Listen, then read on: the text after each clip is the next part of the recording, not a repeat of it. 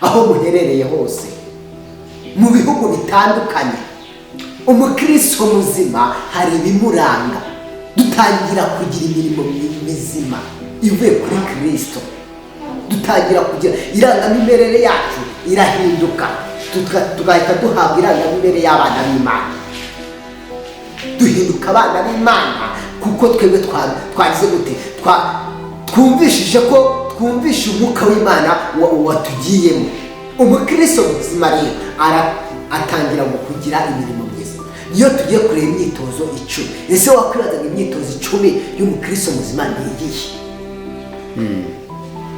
Bana tugire neza, umukristo muzima nyawe, umukristo muzima nyawe hari ibimuranga. Icyambere, akunda Imana. Twageze ku myitozo 10 iranga umukristo muzima. Bene data, aho muherereye hose, buriya impamvu umuntu atabasha gusobanukirwa ubutumwa bwiza ni uko aba akiri muri wa murage w'abana ba Satani. Ariko iyo umaze guhinduka icyaremwe gishya rero, utangiye kumenya imyitozo 10 iranga umukristo muzima, utangiye kuba mushya. Icyambere, akunda Imana. Imyitozo nayo nashaka kuyumva, ntabwo nari nyizi.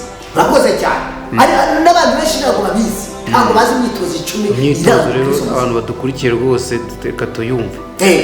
Umukristo muzima, icyambere, umukristo wa muzima, umukristo muzima nyawe akunda Imana. Cyo nicyo cyambere. Umukristo muzima, icya kabiri, akunda abantu. Mane tugire neza, umukristo muzima nyawe yiga Bibiliya. Mane tugire neza, umukristo muzima avugana n'Imana. Mane tugire neza, umukristo muzima rero imuranga aratanga. Icyo nicyo kigaragaza ko uri muri Kristo.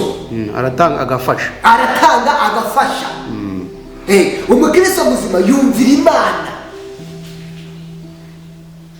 Turi ku myitozo 10 iranga umukristo. Umukristo muzima yumvira Imana. Umukristo muzima afatanya n'abandi bakristo, afatanya n'abandi bose, afatanya n'abandi bakristo bazima bafite imico mizima, babandi bahindutse, babandi babaye icyaremwe gishya muri Kristo, afatanya n'abakristo. Mane tugire neza, umukristo muzima rero agendera mu mwuka wera. Umukristo muzima agendera mu mwuka wera. Turimo turababwira imyitozo 10 iranga umukristo, turaza kuza kuyisesengura turebe. Mane tugire neza, umukristo umwuka w'Imana agendera mu mwuka w'Imana kuko yamaze guhinduka icyaremwe gishya. Mane tugire neza, umukristo muzima agendera mu kuri. Umukristo muzima rero aricyo cyanyuma twavuga, umukristo muzima ahamya Kristo. Bene data, umukristo muzima ahamya Kristo. Umukristo muzima ahamya Kristo. Ibihe byiza kuri mwebwe mwakanda subscribe kuri Universal Media TV. Reka nkubwire ngo nawe utarakanda subscribe kugira ngo ibiganiro byacu bijye bikugeraho 5 kuri 5 kandi ako kanya. Rero nkuko mubibona kuri mikoro za Universal Media TV turongeye tugiriwe ubuntu bwo kongera kuganira na Pastor Bahati. Ariko Pastor Bahati mbere yuko dukomeza twagiranye ikiganiro, ariko ntabwo twigeze twubaza nk'urusengero waba uberemo pasiteri. Ntabwo abanyarwanda baruzi, sinzi niba mbere yuko dutangira wabitubwira. Nta kibazo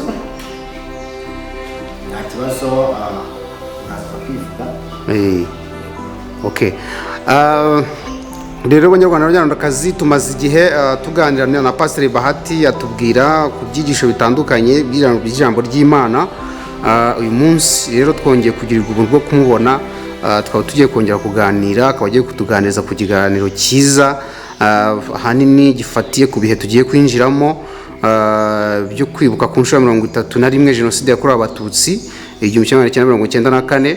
Rero reka tudatinze twakire Pastor Bahati twibwire, yongera twibwire. Buriya hari abantu wenda batarabona icyo kiganiro rero uze kukibona uyu munsi, yongera twibwire hanyuma ahita nakomerezaho yinjire mu kiganiro nyirizina tuganize ku byo agiye kutuganiza uyu munsi. Ngendi Success P, nushaka kunyita Papa Giana, ni kuri mikoro za Universal Media TV Rwanda. Tugwaye ikaze. Yesu ashimwe cyane bene data aho muherereye hose mu gihugu cy'u Rwanda, hanze y'igihugu cy'u Rwanda, abari ku mugabane wo muri Amerika, i Burayi, turabashuhuje mu izina ry'Umwami wacu Yesu Kristo.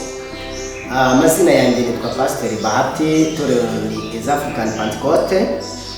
Dushima Imana rero ko tugiriye ubuntu bwo kongera kugaruka kuri uyu murongo w'ivugabutumwa ry'isi yose. Bene data rero tugiye gusenga Imana kugira ngo twinjire mu kiganiro, twinjire mu ijambo ribasha kubohora abantu, ribasha gukomeza abantu imitima, kugira ngo bumve icyo Imana idushakaho, kugira ngo bumve icyo Imana yaduhamagariye muri uyu murimo. Izina ry'Imana rihabwe icyubahiro. Reka dusenge Imana. Mana nziza, Mana dukunda, Mana ugira neza, ndagushimira, ndaguhimbaje mu izina rya Yesu, wowe utwemereye kongera kugaruka kuri uyu murongo kugira ngo data tubashe kuganira ijambo ryawe. Mana izina ryawe rihabwe icyubahiro. Urakoze rero dusengeye Mwami Imana yacu, abazumva kino kiganiro bose, abazumva buno butumwa bwiza bwa Yesu Kristo, kugira ngo abantu babohoke, bamenye ukuri, bamenye ijambo ry'Imana. Mana kugira ngo mu gihe tugitegereje kugaruka kwawe tuzabane nawe mu bwami bwawe. Urakoze bana natwe mu izina rya Yesu. Amen. Bene data rero turongeye kugaruka ku ijambo ry'Imana, kuri uyu murongo, kuri channel itugezaho ijambo ry'Imana rya buri munsi, itugezaho ibiganiro bya buri munsi. Ni umugisha twagiriwe, ni umugisha twongeye kugirirwa twebwe tugihumeka umwuka w'abazima. Hari abavuye muri uyu mubiri, Imana yo mu ijuru nayo ibaha uburuhukiro budashira, kandi n'ababuze ababo Imana yo mu ijuru ibakomeze, ibarinde, kugira ngo ibahe imbaraga zo gukomera. Izina ry'Imana rihabwe icyubahiro. Bene data rero tugarutse tuje kuganira. Ubushize tuheruka kuganira tugaragaza ko umuntu Imana uko yamuremye, Imana imara kumurema umuntu, turongera tuganira uko umuntu yatandukanye n'Imana. Bene data, umuntu amaze gutandukana n'Imana, twaje kureba imibereho itandatu umuntu yaje kwisangamo amaze gutandukana n'Imana. Imana itugirire neza. Byarangiye rero tubonye nanone imibereho uko umuntu, imyumvire y'umuntu uko itandukanye. Turongera tubona uko imirimo ntacyo itaguhesha agakiza. Imana tugire neza.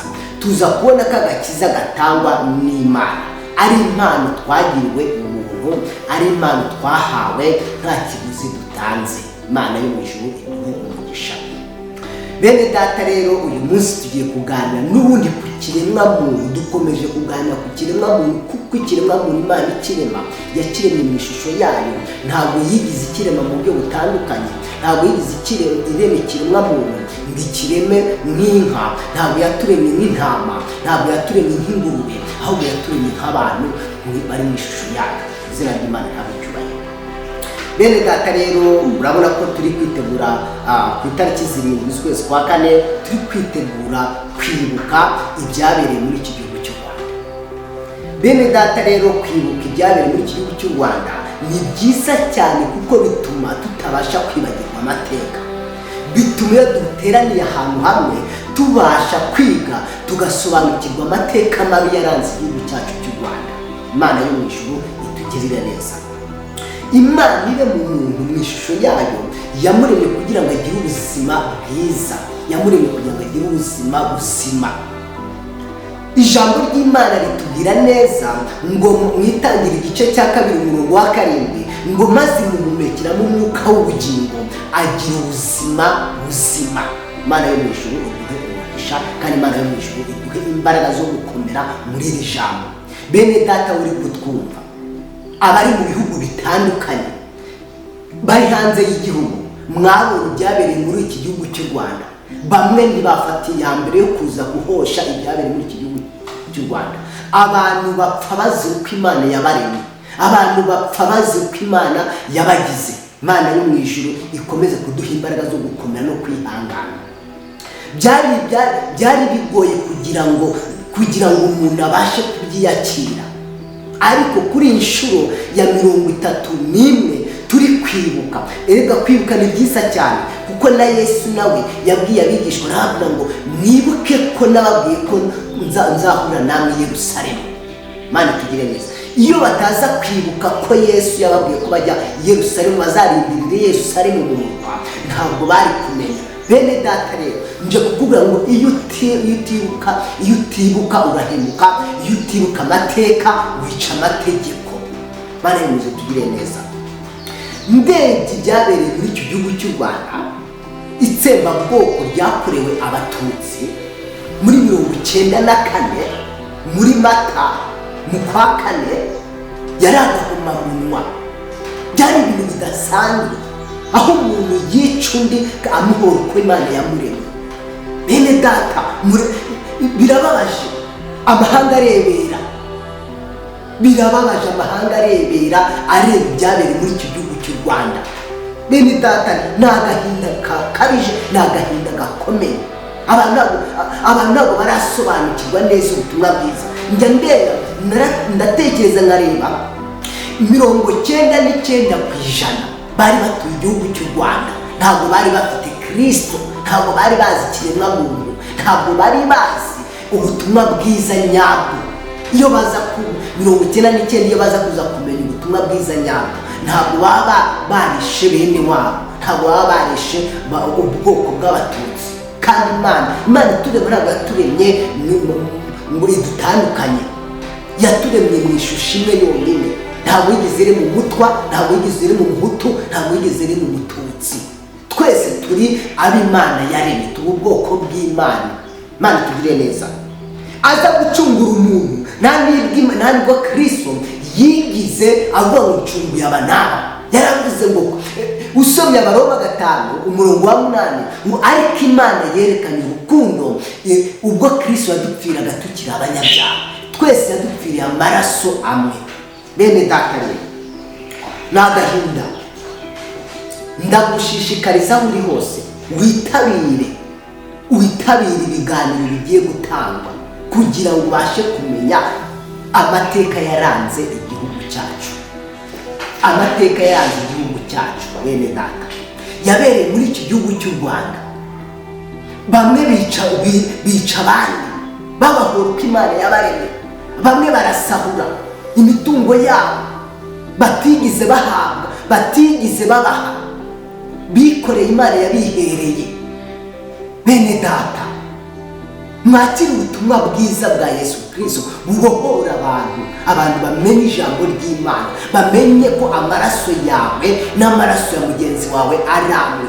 Ijambo ry'Imana Yesu yabivuze neza, ngo kuko Imana muri Yohana 3:16 bene data yavuze ngo kuko nakunze abari mu isi cyane byatumye nta umwana wanjye w'ikinege kugira ngo umwizera wese atarimbuka. Ntabwo rero yakunze bamwe, oya, twese yadukunze urukundo rungana. Imana yo mu ijuru iduha umugisha, Imana yo mu ijuru iduha imbaraga zo gukomera. Bene data umuherereye, ab'Imana yashigaje muri kino gihe byari bigoye, nimukomere. Turabahumuriza, ijambo ry'Imana riri kubahumuriza, rirababwira ngo nimukomere, mwitinya. Niko Imana yabwiye Yesuwa muri Yesu igice cya mbere umurongo uhereye ku murongo wa mbere, iravuga ngo witinya, wikuka umutima, ndi kumwe nawe.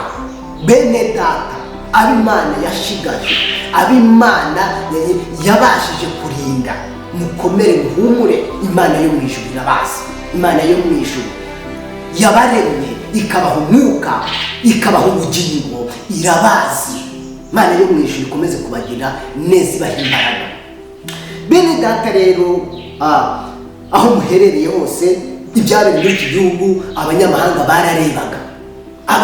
bararebaga. Ariko izi saha turashima cyane Imana yabashije gukoresha perezida wacu Excellence, aho yari ari mu gihugu ari kwiga hanze, aremera asiga amashuri yari ari kwiga, aremera asiga matora yaryamagaho nziza, aremera asiga ibyo kurya yaryaga. Aravuga ngo reka manuke nze kurokora bano bantu bari kwica uko Imana yabagize. Imana tugirire neza. Imana yo mu ijuru akoresheje Excellence perezida wacu w'igihugu cy'u Rwanda akamanuka akaza. Ntabwo yigize atinya urugamba, ntabwo yigize atinya uko bimeze. Yaravuze ngo reka manuke, buriya bwoko buri kuzira uko Imana yaburemye, reka manuke. Imana imuha imbaraga, Imana iramurinda. Hari benshi baje gutabara, bamwe barapfuye kubera kwitangira igihugu. Imana itugire neza. Abasirikare ndabakunda cyane, abasirikare ndabakunda cyane. Umusirikare ahari hose yumve yuko Imana yo mu ijuru imuzi. Ndashima neza abasirikare, ubwo abasirikare ngiye kureba nuko bitashoboka abasirikare bahabwa ijuru, kuko umusirikare aritanga. Icyo nkundira umusirikare, ntabwo yitanga ngo avuge ngo nditanze ngo ndekeye aha. Oya, yitanga atizigamye. Imana itugire neza. Umusirikare yitanga atizigamye. Buri umusirikare ni umuntu Imana igomba guha umugisha cyane, 100%, kuko abasirikare bari mu murimo mwiza. Bene data, abasirikare bari mu murimo mwiza. Icya mbere umusirikare cyo mukundira, ntabwo nkunda inifomo aba yambaye, ntabwo nkunda imbunda aba afite. Oya, ahubwo njye nkunda uko aba yitanze atizigama. Imana itugirire neza. Haba mu mvura, umusirikare aba arinze ubusugire bw'igihugu cye, aba arinze ubusugire bw'abanyarwanda. Imana itugirire neza. Icyo nicyo kizima, kwitanga umaramaje. Yesu Kristo nawe yaritanze amaramaze, yaremera ajya ku musaraba kubw'ibyaha byacu, kugira ngo abantu bagire bati babohorwe, abantu bacungurwe, abantu bongere bagaruke mu buntu bw'Imana. Imana itugirire neza. Muri jenoside yakorewe Abatutsi, abantu bari batuye igihugu cy'u Rwanda 99% bari abapagani. Ndabivuze bari abapagani. Impamvu bari abapagani, bajyaga muri za kiliziya bagenda baseta ibirenge, bajyaga mu maparuwasi baseta ibirenge, kuko iyo baza kuba barafashe ubutumwa bwiza nyabwo, ntabwo ibi byabereye muri iki gihugu cy'u Rwanda biba byarabaye. Ntabwo biba byarabaye. Wambaza uti kuki ugize 99% kandi hasigara rimwe kugira ngo byuzure 100 kugira ngo byuzure 99%. Impamvu bari abapagani rimwe risigaye ni ry'Umwuka Wera. Imana rero yabashe gukoresha abayobozi wari uri hanze, excellence aramanuka aza kurokora uko Imana yabagize. Bene data, aho uri hose uko twumva ibihugu byararebaga, nta muntu witanze ngo amanuke aze kurokora. Bamwe bararebaga barebera ibiri kubera mu gihugu. Ariko wa Mana, wagize neza kubera ko wakoresheje excellence, wakoresheje perezida akitanga akamanuka akaza kurokora. Imana yo mu ijuru, nyakubahwa perezida, Imana yo mu ijuru izakumisha, kuko ni urugamba rukomeye, ni urugamba rutoroshye. Imana yo mu ijuru izagukomeze, izakurinde mu gihe Yesu Kristo azaba agarutse, azabane nawe mu bwami bwo mu ijuru. Bene data rero, ijambo ry'Imana ritubwira neza ngo kuko yagambiriye kera, kuko Kristo yagambiriye kera kubw'urukundo rwayo iduhindura abana bayo. Imana yo mu ijuru iduha umugisha. Yaduhinduye abana bayo. Iyo usomye mu Efeso igice cya 5 bivuze iki rero? Bivuze ko abantu bose Imana yaremye yabahinduye abana bayo, bahinduka icyaremwe gishya. Imana yo mu ijuru iduha umugisha. Bibiliya itubwira neza ngo umuntu wese iyo ari muri Kristo aba ari icyaremwe gishya. Ibyabaye muri iki gihugu, iyo baza kuba bari muri Kristo, bakafata Kristo bagakomeza bagahinduka icyaremwe gishya, ngo ibya kera biba bishize, bari kumenya ko umuntu ari umuntu nk'undi. Imana yo mu ijuru yarakoze kuduhindura bazima na Kristo. Imana yo mu ijuru yarakoze. Bibiliya bivuga neza ngo umuntu iyo ari muri Kristo aba ari icyaremwe gishya. Bimeze bitereye, bishatse kuvuga iki? Bishatse ngo ibya kera biba bishize. Bivuze iki rero? Ahantu harimo amagambo abiri. Hari n'ijambo rya mbere rivuga ngo ibya kera biba bishize, bivuze yuko ibya kera byari bibi. Ibya kera byari bibi. None izi saha kuko yaduhinduye bashya muri Kristo, ubu turi bashya. Bene data, fata Kristo wenyine kuko arahagije. Tuze kukubwira ubutumwa bwiza nyabwo, tuje kukubwira ubutumwa bwohora. Twabonye ubushize, twabonye ukuntu umuntu Imana yaremye yari yamuhaye umugisha kugira ngo abeho neza, imuha umugisha. Ariko kubera umuvumo, kubera Adamu atigeze yumvira ubushake bw'Imana, byahindutse duhindutse abana ba Satani. Mana yo mwijuru tugire neza. Ariko kubera ko Kristo yitanze akaza ku musaraba, twahindutse bamwe, duhindurwa bamwe muri Kristo, duha icyaremwe gishya.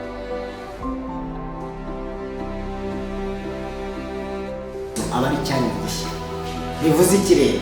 Ibya kera biba bishize, kuko ijambo ry'Imana ritubwiye mu Bakorinto ba kabiri igice cya 5 umurongo waho wa 17. Impamvu iki rero aba ari icyaremwe gishya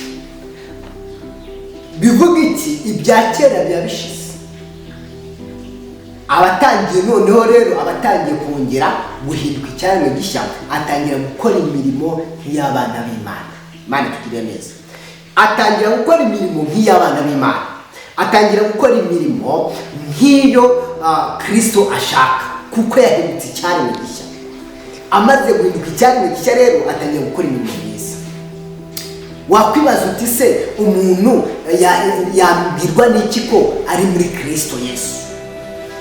Nk'uko ubushize twababwiye ko Kristo ari we nzira n'ukuri n'ubugingo, akaba ari we mutambyi w'ukuri, akaba ari we mwami w'ukuri. Ese wakwibaza uti umuntu yabwirwa n'iki ko Kristo ari muri Kristo? Icyo ni ikibazo abantu benshi bakunze kwibaza. Abantu bakunze kwibaza ibibazo bitandukanye, ariko icyo nicyo kibazo nyamukuru. Abantu baribaza ngo mbese umuntu yabwirwa n'iki ko ari muri Kristo Yesu? Nk'uko Bibiliya bitubwiye rero, Abakorinto ba kabiri igice cyaho cya 5 umurongo wa 17, umuntu wese yari muri Kristo aba yahindutse icyaremwe gishya. Bivuge ngo ibya kera biba bishize, atangira guhabwa irangamimerere mishya. Irangamimerere ya mbere ibihindutse, atangira guhabwa irangamimerere mishya y'abana b'Imana, atangira gukora imirimo nk'iy'abana b'Imana. Bivuze iki? Atangira kubona umuntu ari wese akumva ko ari umwana w'Imana. Atangira kubona umuntu wese akamubonamo ko ari mu ishusho y'Imana. Imana tugirire neza. Kubera ko yahindutse icyaremwe gishya, yahindutse umuntu muzima muri Kristo, yahindutse umuntu muzima, uburyo nk'uko Bibiliya itubwira neza ngo twari dupfuye tuzize ibicumuro, ariko Kristo aratuzura duhinduka bazima na Kristo. Imana tugirire neza. Iyo uri muri Kristo rero, kuba wahindutse icyaremwe gishya, irangamimerere ya mbere irahinduka. Hahinduka irangamimerere, bya bindi bibi bya kera birarangira. Utangira guhinduka umwana w'Imana, utangira gukora imirimo myiza ya Kristo nk'uko Kristo ashaka. Wakwibaza uti se imirimo myiza ni iyihe? Imana tugire neza. Umukristo muzima wahindutse, umukristo muzima wahindutse arumvira. Umukristo muzima wahindutse atangira gukora imyitozo. Hari imyitozo 10 y'umukristo muzima. Imana tugire neza. Abantu rero bajya bakibaza ibintu bitandukanye. Umukristo muzima agira imyitozo nk'uko umusirikare agira imyitozo, nk'uko umukinnyi w'umupira ajya mu kibuga akitoza. N'umukristo rero muzima, umukristo muzima wahindutse agira imyitozo mizima, atangira guhindura imigenderere, atangira guhindura indangamimerere yiwe ya kera yakoraga ibintu bibi, agahinduka umwana w'Imana. Imana tugire neza. Iyo usomye ubutumwa bwiza bwa Yohana igice cyaho cya 1 umurongo wa 12, haratubwira ngo hatubwira ijambo ryiza cyane, hatubwira ku bana b'Imana. Icyakora bamwemeye bose yabahaye ubushobozi bwo kuba abana b'Imana. Hehe rero, handi kuko wahindutse icyaremwe gishya, wahindutse umwana w'Imana, kuko wamaze gufata icyemezo cyawe. Ibya kera byashize, bwa bupagani wagenderagamo bwarangiye, wahindutse mushyashya.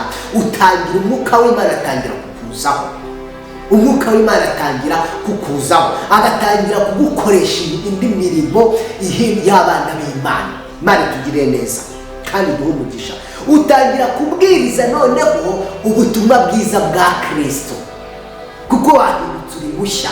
Imana itugire neza ngo kuko tutabwiriza abantu ibyacu, ahubwo tubwiriza ibya Kristo gusa wenyine. Tubwiriza ibya Kristo ari we mwami, natwe tukaba abami ku bwa Kristo. Imana itugire neza. Bivuze iki rero? Bivuze yuko twebwe twahindutse abana b'Imana, dutangira kugira irangamimerere mizima, dutangira kugira irangamimerere mishya.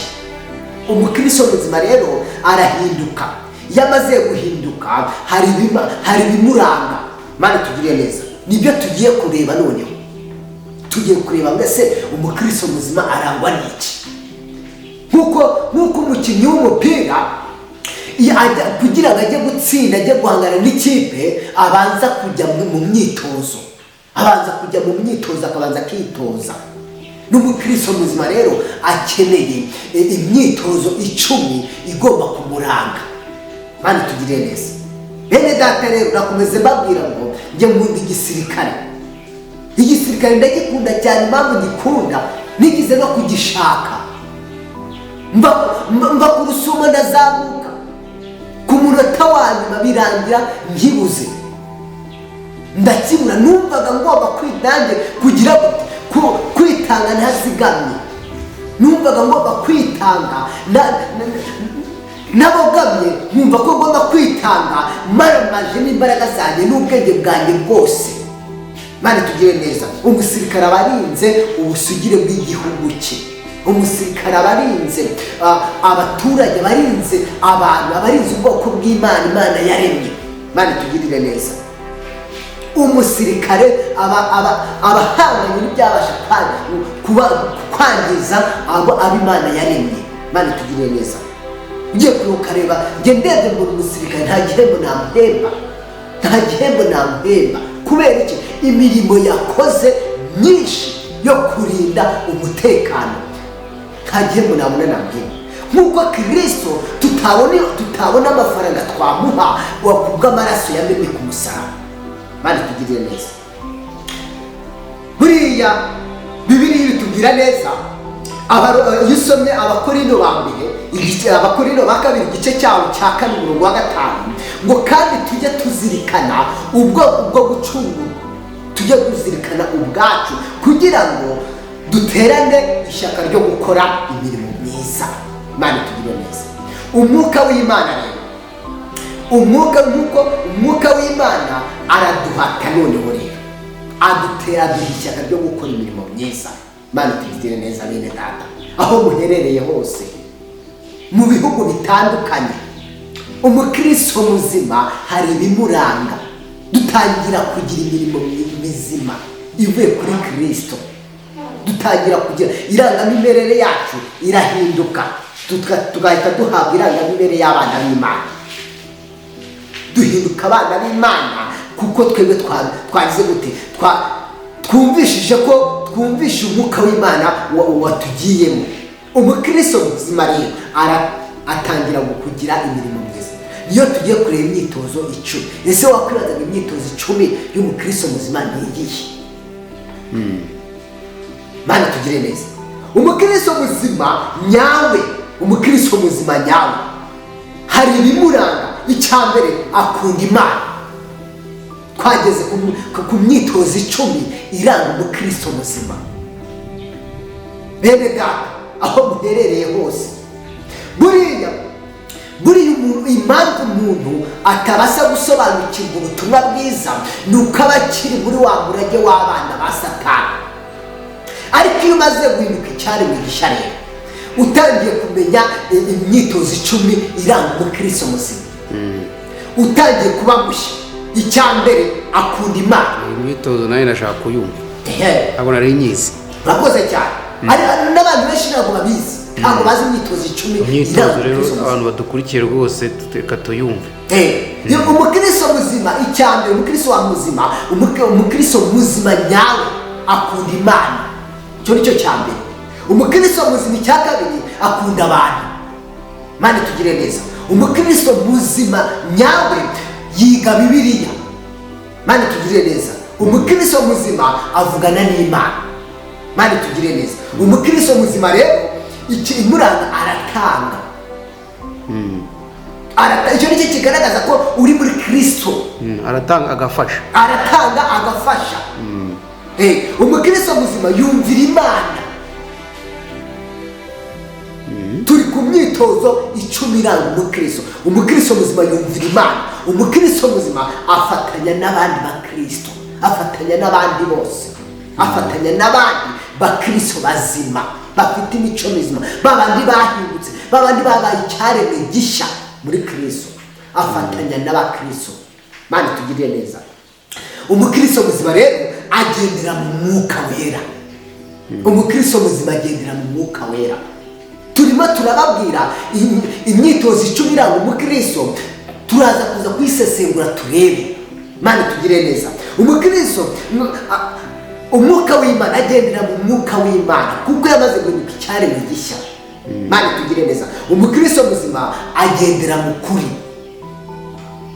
Umukristo muzima rero aricyo cyanyuma twavuga, umukristo muzima ahamya Kristo. Bene data, umukristo muzima ahamya Kristo. Umukristo muzima ahamya Kristo kuko umwuka w'Imana murimo. Mani tugire neza, impamvu bene data aho uherereye hose muri kutwumva, Yesu ashimwe cyane, Yesu nahimbazwe. Turavuga Kristo gusa, nta bindi tuje kuri cano tuze kuvuga Kristo witanze ku musaraba akabaho kugira ngo abohore umwana w'umuntu yari arembejwe n'ibyaha. Mani tugire neza. Ngo Pastor Bien turakomeza tubihuzana n'ibihe byo kwibuka mu 31 Jenoside yakorewe Abatutsi. Turabihuza kuko iri ni ijambo abantu bakeneye, ijambo ribakomeza. Abantu bakeneye, ndabwira abantu bababwira ngo aho muri kutwumva hose muherere, ni mudutumire dutanga ubutumwa bwiza, dutanga umusanzu ku banyarwanda bose ndetse n'abanyamahanga. Mani tugire neza, niyo mpamvu navuze ngo umukristo muzima rero tugiye kubihuza n'ibi bihe tugiye kwinjiramo. Mani tugire neza, akunda Imana. Impamvu ukeneye akunda Imana, nkurikije nkareba ibyabaye muri 1994, itsembabwoko ryakorewe Abatutsi muri 1994 muri Mata, ntabwo bakundaga Imana. Abantu 99% nubwo bavuga ngo nta bakristo bajyaga mu nsengero, bakajya muri kiliziya, bakajya mu misigiti, ntabwo bari bazi Imana. Bani tugire neza, iyo baza kumenya Imana ntabwo yabarorerwa yabaye muri iki gihugu cy'u Rwanda bayarabaye. Ariko kubera ko batari bafite Kristo, batari bazi ubutumwa bwiza. Bibiri tubwira neza ngo ntabwo twakunda Imana tutarebesha amaso y'umubiri. Mbere yo kugira ngo ukunde Imana, ukunda mugenzi wawe nk'uko wikunda. Mani tugire neza, amahanga yarareberaga ibyabaye muri iki gihugu. Hari n'abanyamahanga bavuga yuko na Jenoside yakorewe Abatutsi yabaye. Ariko mwene data ndakubwira ngo baca umugani w'Ikinyarwanda ngo agahwa kari ku rundi karahambirika. Impamvu bivuga nuko utari uri muri iki gihugu. Abantu barishwe bazi uko Imana yabaremye, abantu barishwe bazi uko Imana yabagize. Mani tugirire neza, abantu barishwe bahorwa uko Imana yabaremye. Abantu basahura ibyabo, barabibyaga, barabitwara. Kandi muri aba bantu uko bapfuye nta ruhare bagizemo kugira ngo ibintu bibone bigaragara. Mani tugire neza, nta ruhare bagize kubera ko batakundaga Imana, kubera ko batakundaga abantu. Bibiri tubwira neza, bene data muri kutwumva hose, Yohana 3:16 ni nayo tangiriro rizima ry'ubutumwa bwiza. Kuko Imana ngo kuko nakunze abari mu isi cyane, twese yadukunze urukundo rumwe rungana. Rubyiruko aho muherereye hose, mwitabire ibiganiro, mukizwe, muhinduke. Nsigaye mbona aho umuntu ubona umuntu Imana yirindiye, yiremeye mu ishusho yayo. Imana yabashije gusigaza, agasigara kuri isi, agasigara muri iki gihugu cy'u Rwanda, Imana imurokoye. ugasanga abantu bagifite ingengabitekerezo ya jenoside, haragiye atemye urutoki rwiwe. Mani tugirire neza rwose bene data, atemye urutoki rwiwe, haragiye atemye inka ziwe. Mwarekeye aho ngaho bene data, mwarekeye aho ngaho, k'ibyo bintu muzabibazwa ku munsi w'amateka. Ubushize twavuze ko umuntu apfa rimwe gusa, ariko nyuma yaho akaboneka urubanza. Muzabibazwa ku munsi w'amateka. Imana iraje yigaragaza, iraje muraze mu bibazo. Mani tugire neza. Umukristo muzima rero yamaze kumenya imyitozo 10 y'umukristo muzima, ntabwo agendera muri za karande, ntabwo agendera mu bidafite umumaro. Mani tugire neza. Akunda abantu. Impamvu cyo akunda abantu ni uko urukundo rw'Imana rwamwinjiyemo rumurimo, ni uko Kristo amurimo. Mani tugire neza. Perezida wacu akunda igihugu cy'u Rwanda, perezida wacu akunda abanyarwanda. Yararengera abona ibintu biri kubera mu Rwanda ndamanutse ndagiye, atitaye kari bupfi. Aje kurengera abanyarwanda, aje kurengera imbaga, aje kurengera ubwoko bw'Imana buri gupfa. Nta hantu Bibiliya itubwira yuko Imana igiye kurema yigize irema umuntu utandukanye n'undi. Yamuremye mu ishusho yayo, dusa n'Imana. Wewe uri gukora ibi binyuranyije n'ubushake bw'Imana, ndakugira inama ngo garukiraho. Fata umwanzuro wihane. Jya kukubwira ngo ihane. Menya ingingo 10, imyitozo 10 iranga umukristo. Niba numara kuyimenya, uramenya uwaguhamagaye. Mani tugire neza. Uramenya uwaguhamagaye. Buriya njya mbwira abantu nkababwira ngo muri iyi si twese turi abacumbitsi, turi abagenzi. Ni nayo mpamvu ibyabaye muri 1994 njye bisanisha, ndabizana nkabisanisha n'igihe abantu baba bakora ibyaha bitwaje ibindi bintu. Bisanisha nuko aba nta bwenge bafite, badatekereza, batazi Imana. Mani tugire neza. Ntabwo rero ntabwo Imana yaturemye ngo tugire amacakubiri. Mvuga urakomeza ubihuze tugana ku musozo. Yego. Bene data rero, icyo Imana dushakaho ni urukundo. Icyo Imana dushakaho ni Kristo gusa, ni gufata Kristo tugakomeza, kuko yaduhaye umwana wayo kugira ngo tugire adupfire ku musaraba.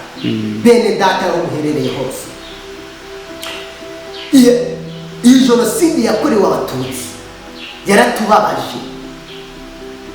Twabuze abacu, twabuze abo twagendanaga, twabuze abo twakundaga. Niyo mpamvu ngushishikariza mwene data, menya urukundo rw'Imana, menya ikiremwa muntu, menya icyo Imana yaguhamagariye, menya icyo Imana igushakaho. Nta kindi uretse urukundo rwa Kristo gusa. Dukundane, kuko amagambo yose asohorera mu rukundo. Niyo mpamvu rero nje kukubwira ngo aho uri hose, ibihugu hanze y'igihugu y'u Rwanda muri kutwumva, igihugu cy'u Rwanda aho kigeze cyiyubaka, ni ubushake bw'Imana, ni ubuntu bw'Imana. Mani tugire neza. Bene data rero, ndagira ngo mubwire ngo garukira aho ngaho. Wewe ufite ingengabitekerezo ya jenoside, hagararira aho ngaho, kuko uzabibazwa imbere y'Imana. Uzabibazwa. Hari ibintu abantu bakora bakina, ariko ndakubwira ngo umunsi urubanza nugera uzabibazwa. Niyo mpamvu mubwira ngo rero garukira umenye ikiremwa muntu. Akira Kristo mu mutima wawe, akira Kristo aza wihane. Nimba hari icyo wari ufite ugamije kugira ngo gutekereza kibi, kigarukiriza aho ngaho, kuko turaba Imana yaremye. Nani tugire neza, turaba Imana yaremye, turaba Imana yitangiye ku musaraba. Bene data, rubyiruko aho muherereye, dukomeje mbere yo kuvuga ku rubyiruko, hari akantu nashaka kuvugaho. Ndashaka kugira ngo nka pasiteri ugire inama wagira urubyiruko n'abandi bantu n'abaturage muri rusange ubabwira kuri bino bihe tugiye kwinjiramo, ugira inama wabagira uburyo bazitwara. Ubwo uraza guhera ku rubyiruko uze gukomerezaho noneho no ku bandi bantu no ku baturage basanzwe, kuko hari ukuntu ababyeyi bafata abana bahaguruka bakaza kumva ibiganiro biri kuba mu gihe cyo kwibuka, ariko basize abana babo mu rugo, kandi nabo izo nyigisho n'ibiganiro biri buhabere nabo bakwiriye kuza bakabyumva kugira ngo bamenye amateka yaranze igihugu cyacu, nabo bigire muri ayo mateka, bumve ko bagomba guharanira ko ibyo bintu ayo marorerwa yabaye mu Rwanda atazongera kubaho. Ndagira inama bagira aho hantu. Inama bagira, nta muntu ugomba gusigara mu rugo.